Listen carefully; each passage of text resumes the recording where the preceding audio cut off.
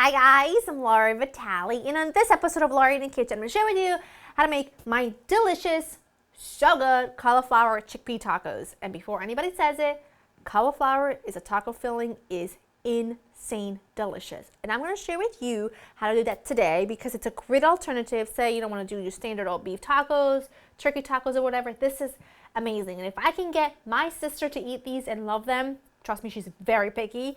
I am so sure that everyone else is going to love them because they're that delicious. Let me start you off with, the ingredients you'll need besides the chickpeas at this very moment. You'll need cauliflower florets. I just took a half of a head of cauliflower, cut it up, took all the florets off, and I cut the florets into little tiny pieces. I also have a little bit of red onion that I've got sliced. This is the magic mixture in here. What I have in here is some tomato paste, cumin. This is some ancho chili powder paste. If you don't have it, which is fine, just use a little bit of ancho chili powder or regular chili powder. And I've got some granulated garlic. To this, I want to add a good pinch of salt, a clove of garlic that I'm going to grate.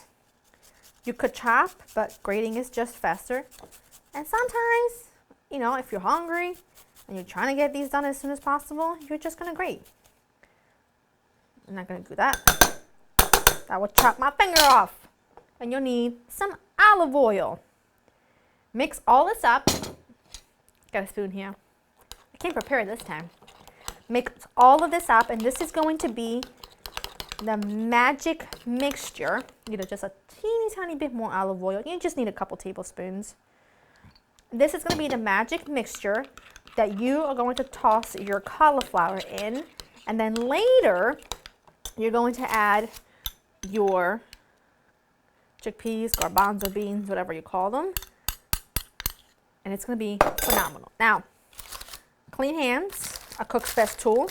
You're just going to get this all massaged in the cauliflower and the onion. Now, you got options because life is full of them.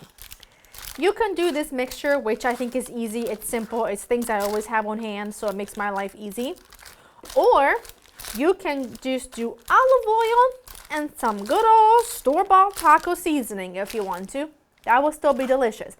But this mixture with the tomato and the ancho chili will give you a smoky, delicious, addictive, insanely good cauliflower mixture that is just going to be outstanding. Now I've got my baking pan that's lined with parchment paper for easy cleanup.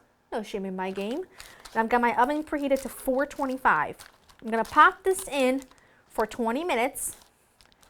After 20 minutes, I'm not going to show you because it'll be just a waste of time. I'm going to add some cooked chickpeas, just a half a can of regular chickpeas or a whole can, however much you want.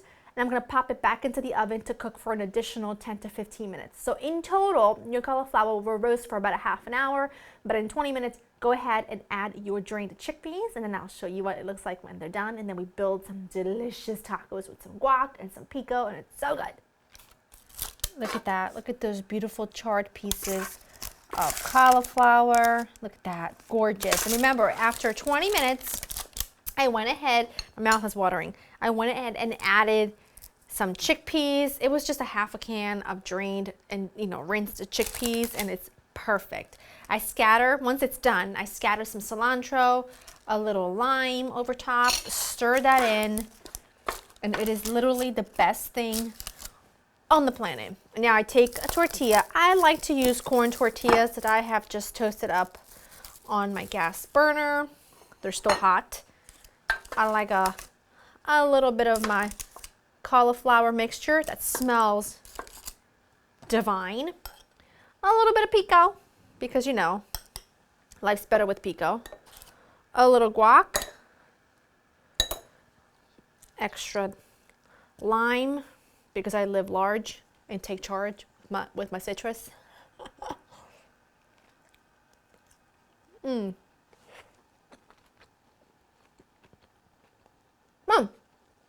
at that.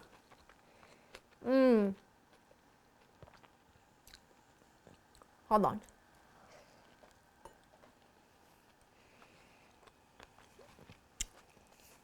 It's smoky. actually don't taste cauliflower at all, but the cauliflower is a great bed for that marinade that we kind of put all over it, because it soaks it up so beautifully. The chickpeas are a little bit creamy inside. It's just such a delicious way to have tacos that don't include any meat, obviously. And these are all great components that you can keep on hand in the fridge throughout the week, and whenever you want, you can pull out a couple of these, to tortillas, put them on your stovetop, toast them up, and make yourself a couple of tacos. Beyond delicious. Laura in the Kitchen. I'm looking at this like we're about to have an affair. Go to laurainthekitchen.com, get the written recipe. I hope you enjoy spending time with me. I'll give you a bite before I go in for the rest. Bye. Come on.